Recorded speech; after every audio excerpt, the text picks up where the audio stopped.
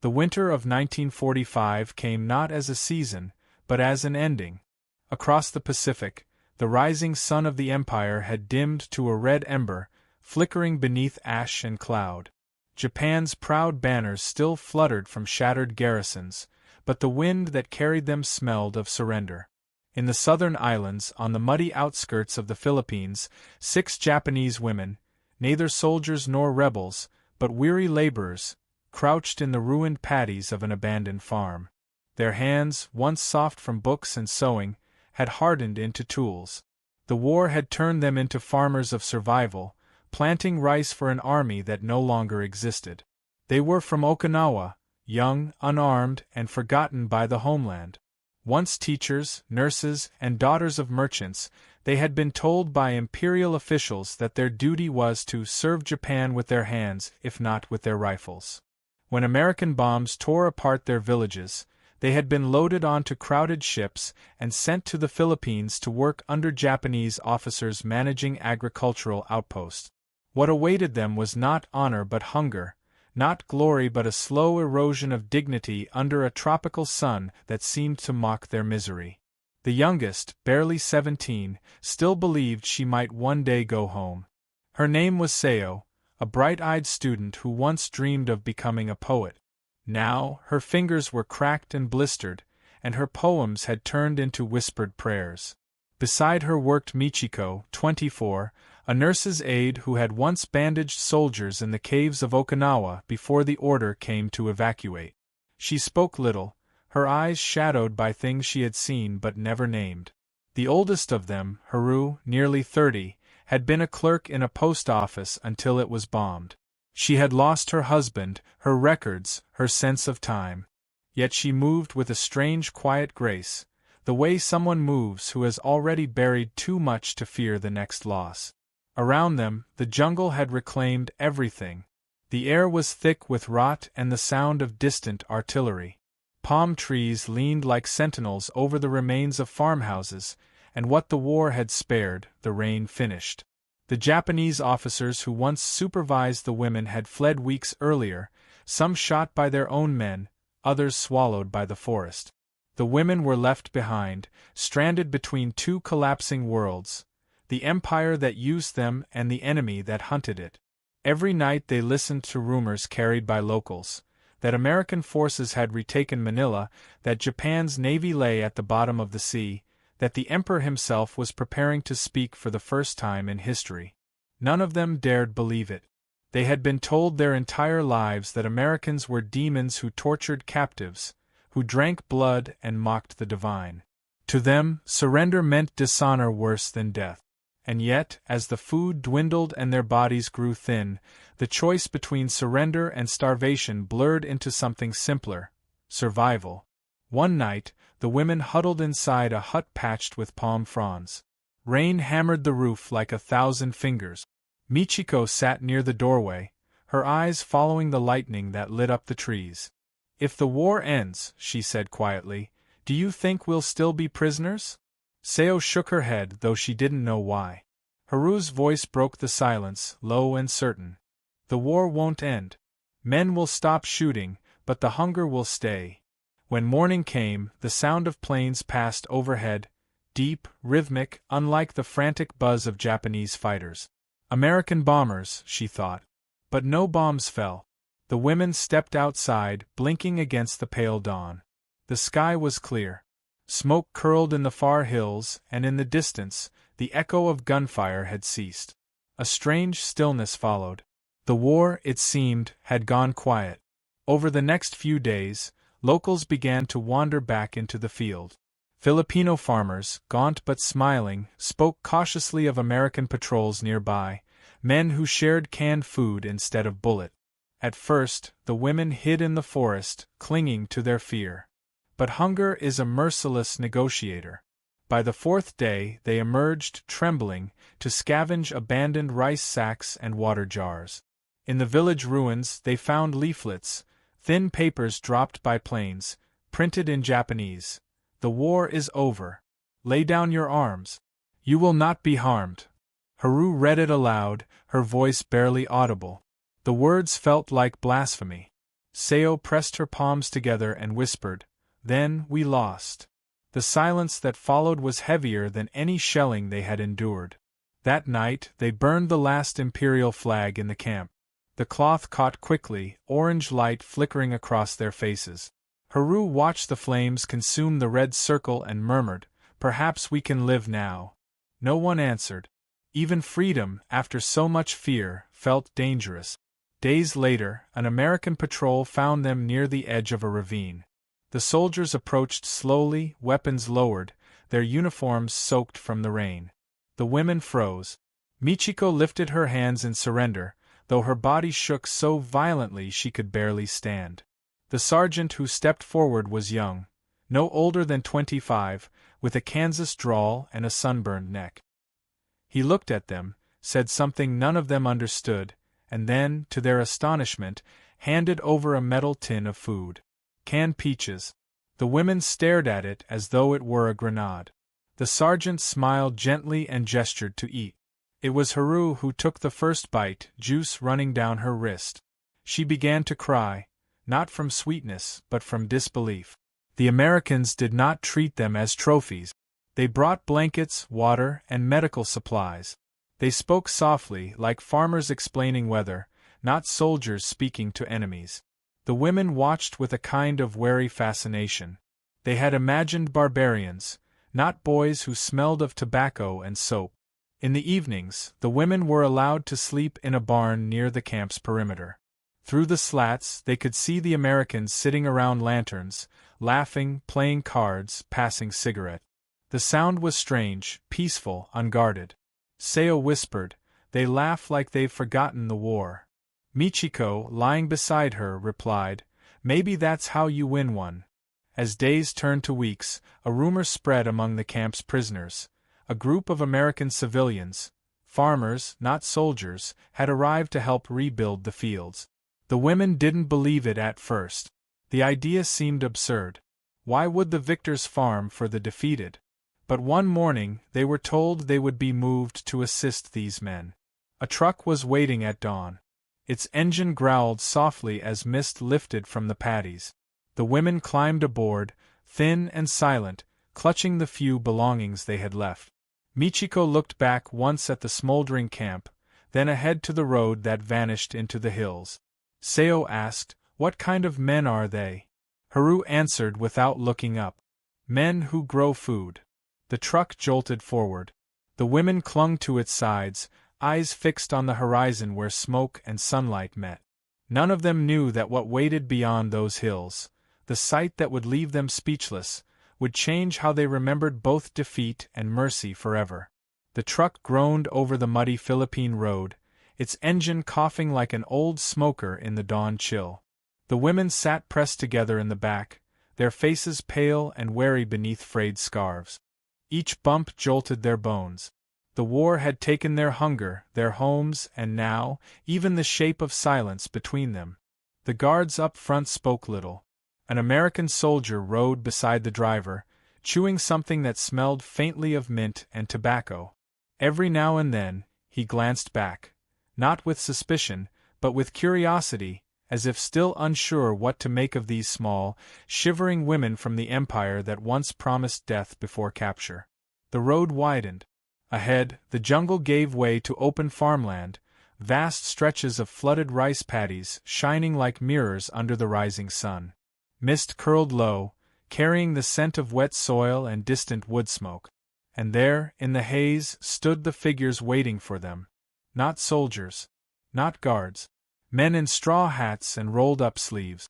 Their trousers were stained with mud, their arms thick and sunburned, their boots heavy with clay. Some wore khaki shirts marked with faded U.S. Army patches, others simple overalls. One waved a shovel in greeting, grinning through a beard dusted with flour. The sight struck the women like a hallucination. The truck came to a stop beside a wooden fence. The American soldier jumped down, opened the tailgate, and motioned for them to step out. Seo hesitated. Her heart hammered. She had imagined the moment of capture 1,000 times, taunts, spittle, punishment. Yet these men stood there with the quiet ease of people expecting company. One of them, tall, broad, perhaps 30, removed his hat as they approached. "Morning, ladies," he said softly, the words slow, deliberate, as though speaking to frightened animals. His accent stretched the vowels, gentle as a lullaby. Michiko's fingers trembled around the strap of her satchel. Haru stepped forward first, bowing deeply in instinctive apology. The man blinked, startled, then chuckled under his breath. "Ain't no need for that, ma'am," he murmured. He reached into a canvas sack and pulled out a small loaf of bread, its crust golden, steam curling from the split. The smell hit them with the force of memory. The women froze. No one moved until the soldier gestured again, nodding encouragingly. Seo took it with both hands. The warmth seeped into her palms, unreal, almost holy. When she tore a piece and tasted it, her throat clenched. It was sweet, soft, alive. Her eyes watered. The others followed, hesitant bites, stolen glances. The Americans watched in silence, their faces soft with something that was not pity but recognition. Hunger, after all, spoke every language. A man nearby laughed suddenly, loud and warm, startling a few of the women. He pointed at their thin work dresses, then at his own patched trousers. "Guess we're all farmers now," he said to his companion, who nodded with a grin. The interpreter, a Filipino corporal with a gentle face, translated the words carefully. For the first time since captivity, Haru smiled. It was a fragile scene, yet behind it lay an unexpected truth. These men were not ordinary soldiers. They were volunteers, part of a U.S. post-liberation agricultural mission drawn from the Midwest. Men from Iowa, Kansas, and Nebraska, farmers who'd traded rifles for plows to rebuild what war had broken. Under the supervision of the Army's Civil Affairs Division, they were teaching locals, and now former enemy civilians, how to restore the soil. Their weapons were shovels, their orders simple: grow food, not fear. As introductions stumbled through gestures and translation, the women began to notice details that contradicted every story they had ever been told. The Americans laughed easily, slapped one another on the back, and called each other buddy and pal. Their hands were rough, but they used them to lift heavy crates of seed rice and distribute tools, not to strike. A few whistled off-key tunes from a portable radio balanced on a barrel. Somewhere between static and melody, a man's voice sang about home, trains, and waiting hearts. The women were asked to help in the field. They followed hesitantly, the mud sucking at their bare feet. The sun climbed higher, spilling light over the water like molten gold. American farmers and Japanese women worked side by side, silent except for the squelch of mud and the occasional shout from a foreman directing where to plant. Michiko's back ached, but her body remembered the rhythm of labor. When one of the Americans noticed her struggling with a heavy sack, he stepped forward, took half the weight without a word, and nodded. His kindness startled her more than cruelty ever could. At midday, the men set up a makeshift meal near a thatched shed: boiled corn, tinned beans, and bread spread with canned butter. They insisted the women eat first. The interpreter explained that in their home states, a guest must be fed before a host sits. The women exchanged looks of disbelief. Hospitality, not humiliation. Mercy, not conquest. Haru chewed slowly, eyes lowered, trying to reconcile the enemy before her with the image she had carried since childhood. As they ate, one of the farmers knelt beside the rice paddy and scooped up a handful of soil. "Rich ground," he said, glancing toward the women. "Same as back home." He rubbed it between his fingers, then pointed to the horizon. "We fix this land, we all eat."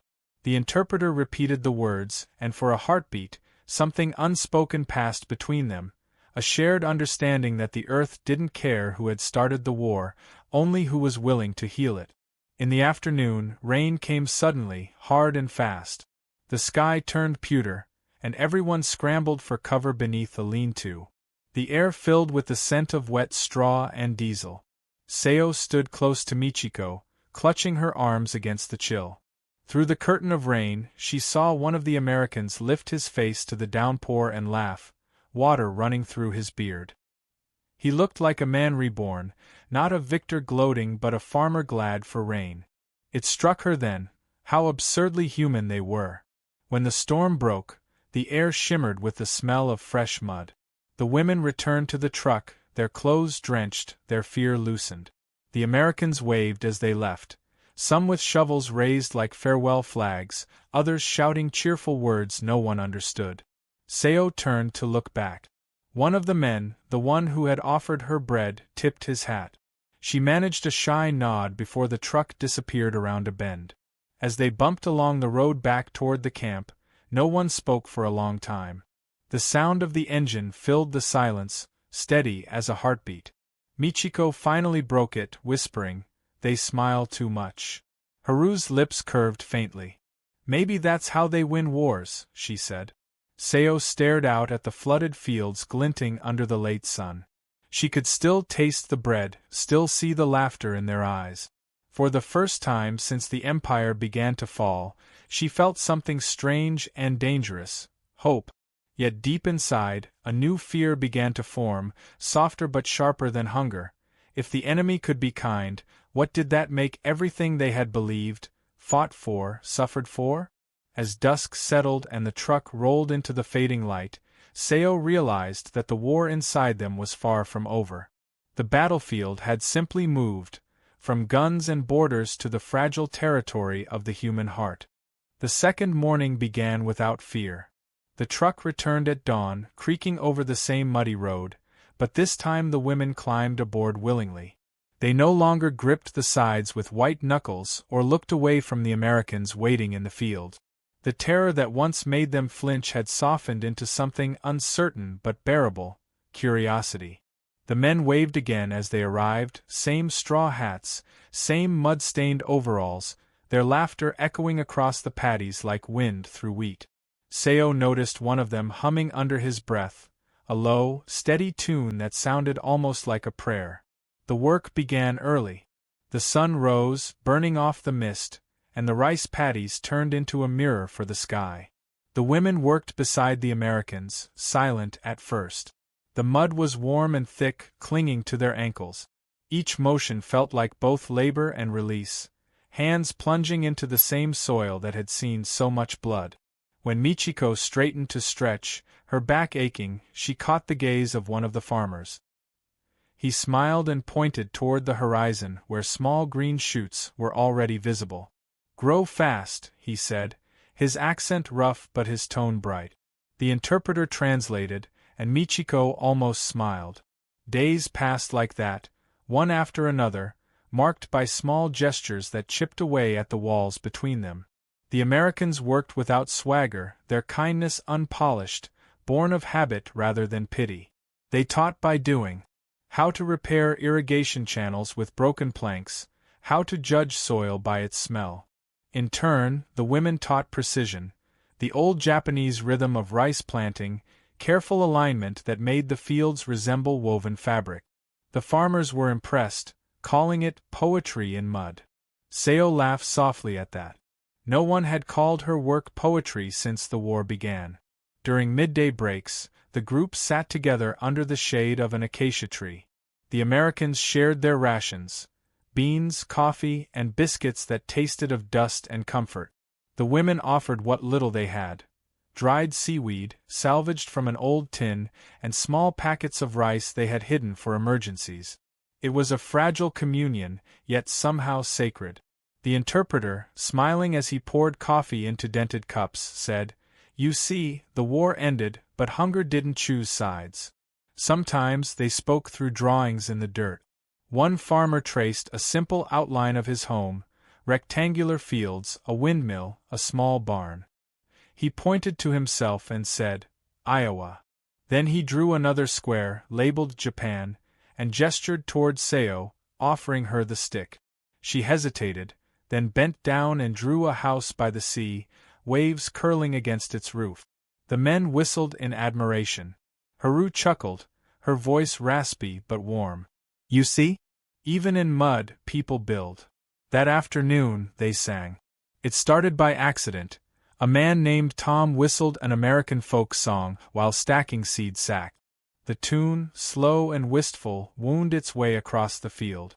Michiko hummed in response, almost unconsciously.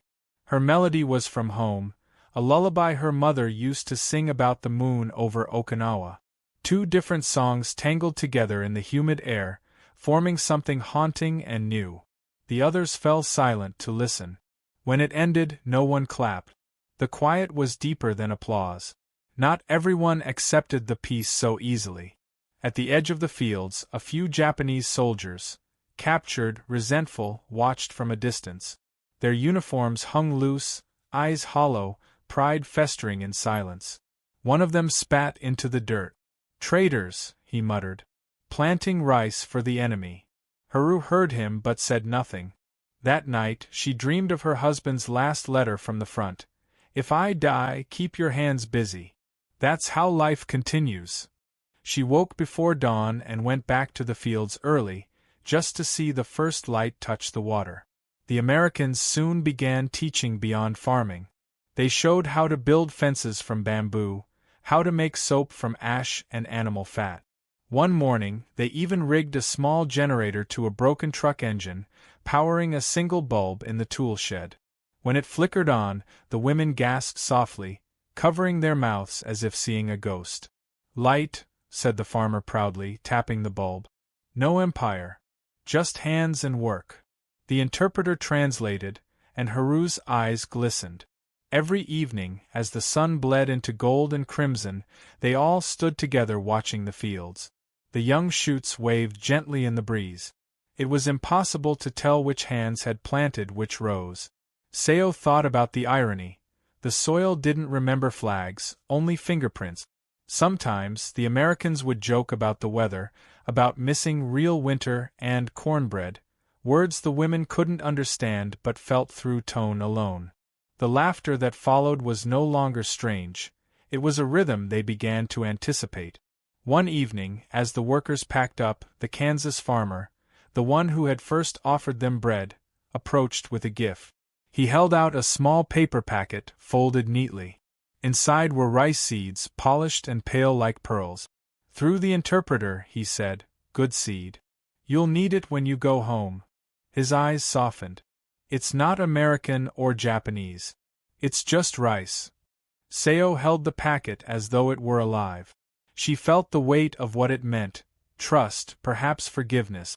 For a moment she wanted to speak, to thank him, but no words came.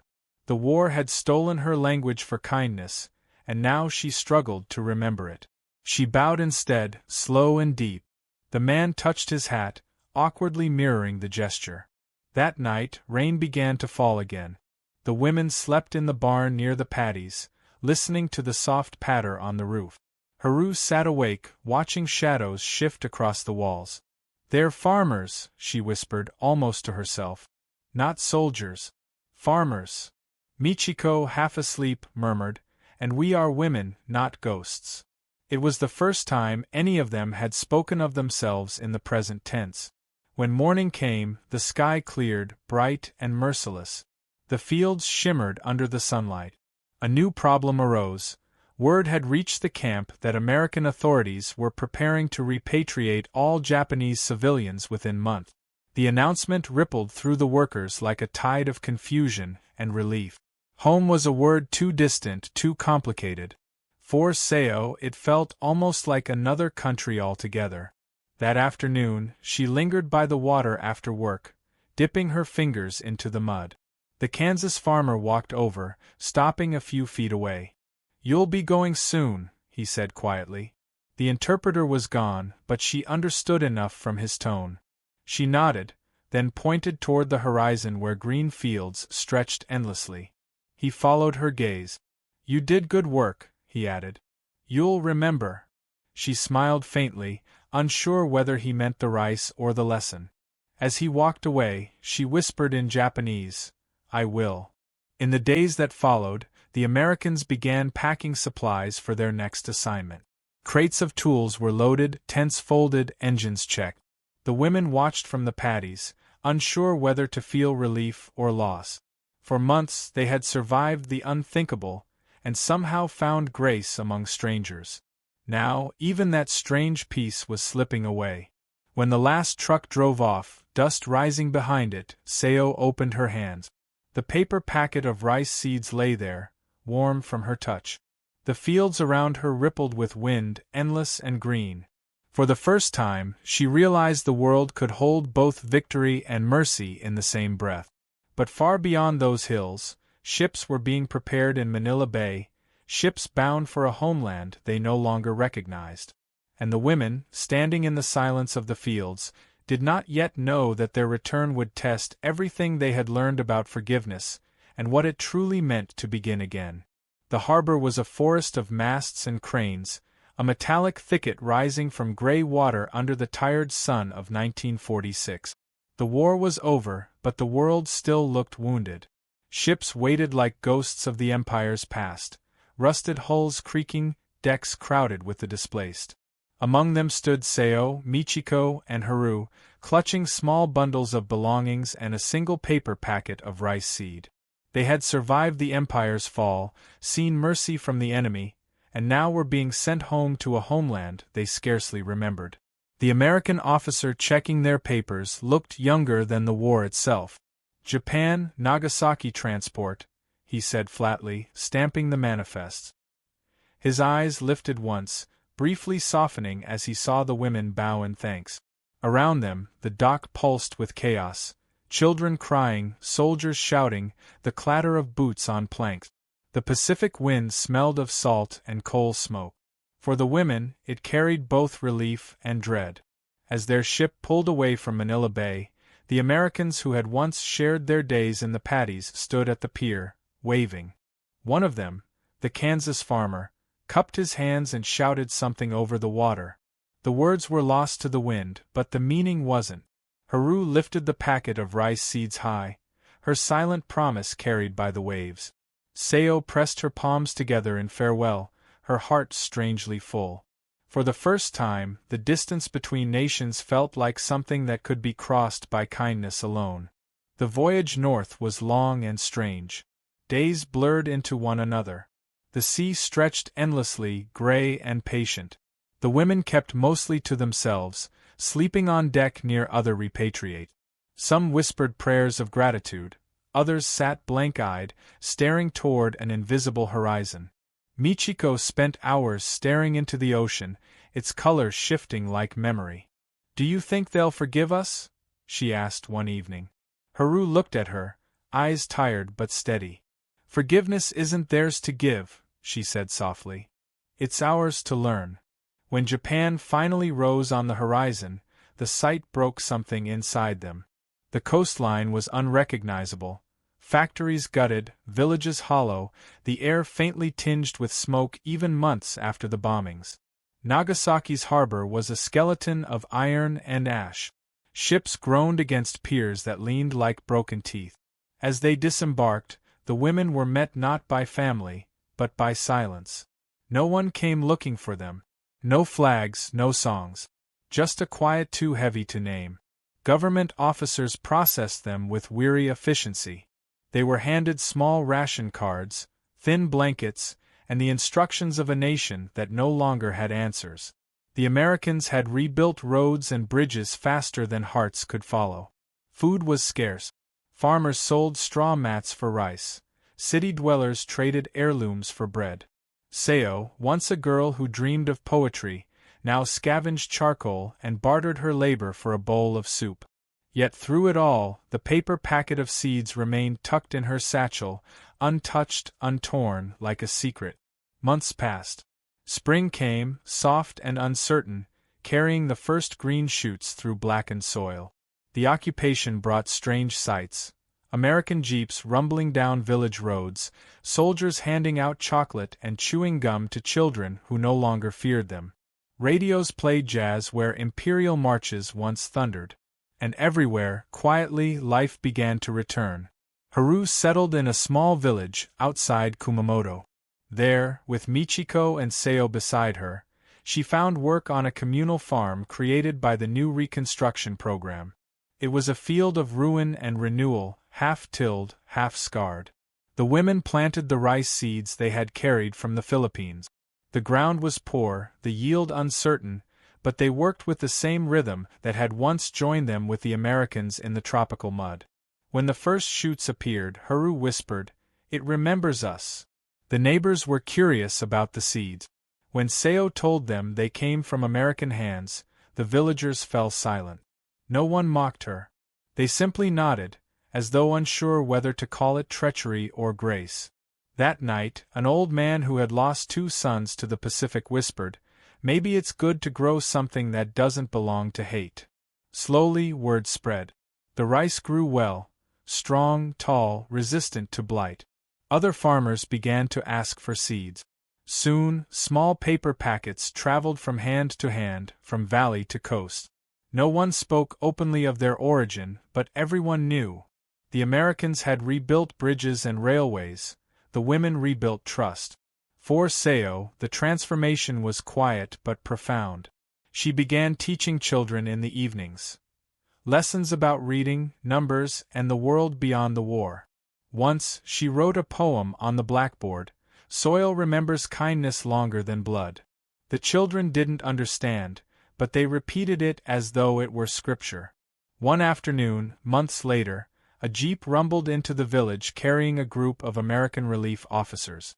They were inspecting agricultural progress under the Garrioa program. When they arrived at the field where the women worked, the interpreter called out, "These are the farmers who grew rice from the Philippine seed stock." The men climbed out, smiling in disbelief. Cameras clicked. One officer, a man with sun-worn skin and the same easy gait as the Kansas farmer, walked to the edge of the paddy, knelt and touched the soil. "Good earth," he said simply. "Feels familiar." Haru watched him quietly. She wanted to tell him that it wasn't just familiar, it was shared. But words still felt fragile between them. Instead, she bowed slightly, and he mirrored her without hesitation. 2 worlds folded into a gesture older than language. By 1948, Japan's rice harvests began to recover. The country, once starved into surrender, now fed its people again. Historians later credited reforms, policies, and aid, but none recorded the moment when a packet of seeds crossed enemy lines in silence. That memory lived only in those who had touched both war and mercy with the same hand. Years passed. Haru grew old, her hair silver as frost. Michiko became a midwife in Nagasaki, helping bring life into a world that had learned too well how to end it. Seo, now a teacher in the same village, tended the descendants of those first fields. Sometimes, at dawn, she would stand barefoot in the paddies, the mud cool between her toes, watching the sun rise over green waves of rice. She would think of the American farmers, their laughter, their bread, their impossible kindness, and whisper a prayer for them. No monuments were built for the women of the paddies. No historian wrote their names. Yet the rice still grew each season, bending in the wind like a bow to something greater than victory. The silence that once separated nations had turned into understanding. Not loud, not celebrated, just steady like breath. One autumn morning, Seo found a letter from a friend who worked in Tokyo's agricultural bureau. It contained a note of statistics. Japan's rice output had doubled since the end of the war. But beneath the numbers, her friend had scribbled a single line. "It began with your seeds." Seo stood by the window, the paper trembling in her hands. Outside, the fields swayed in the sunlight, heavy with grain. The wind moved through them like a whisper from the past, a whisper that carried across oceans and time, reminding her of a truth the Empire had never taught, that nations heal not through pride or power, but through the quiet courage to forgive. And somewhere, in the endless expanse of the Pacific, that silence still lived, between the waves, between the memories of enemies who had once met as strangers in the same soil.